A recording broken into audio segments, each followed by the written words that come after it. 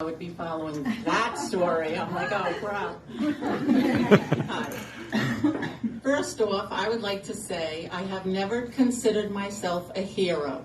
The Webster's Dictionary describes a hero as a person who is admired for great or brave acts or fine qualities, or a person who is greatly admired. By these definitions, I would have to say my dad was my hero, and in the end, I believe I was his. I would say the most selfless and heroic thing I have done in my life was to fight for the doctors to let my dad go. I was lucky enough to have a great dad that worked hard for our family his whole life, but also as an adult became best friends with him. He was corny and funny even at times when maybe he shouldn't have been. He had a hard time expressing his feelings, though when he did, it was with humor and his signature wink and smile.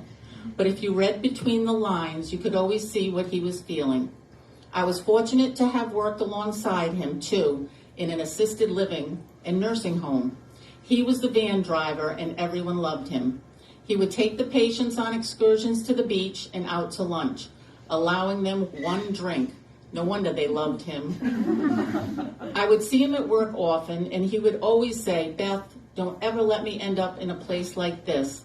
Even though it was a wonderful place for the elderly, he never wanted to end up in one. I never forgot our many conversations about this and fought for him when he couldn't fight for himself. I say it was a selfless act because who on earth would want to fight for their dad to be let go off machines when the doctor said, "He might come out of this." So I asked, "What will he be like?" "Well, he'll need kidney dialysis a few times a week. He'll have a tracheotomy, possibly amputation, and we're not sure how his mental status will be." If he made it through all that, his first words would be, "How the hell did this happen?" The doctors would not sign off to let him go. I stood there talking and trying to convince his surgeon that the man in the bed was not my father. There was an amazing photo of my dad taken by my daughters while visiting him, flexing his muscles, being silly, and I pointed to the photo and said, "That is my father." And I knew him better than most. He would not want to be kept alive by machines only to awaken as another man. The surgeon would not sign off. I had to get more doctors and nurses in to attest to the fact that he was just a shell at this point, and they did. After calmly speaking for an hour about my dad, I convinced them to let him go, and they signed the papers.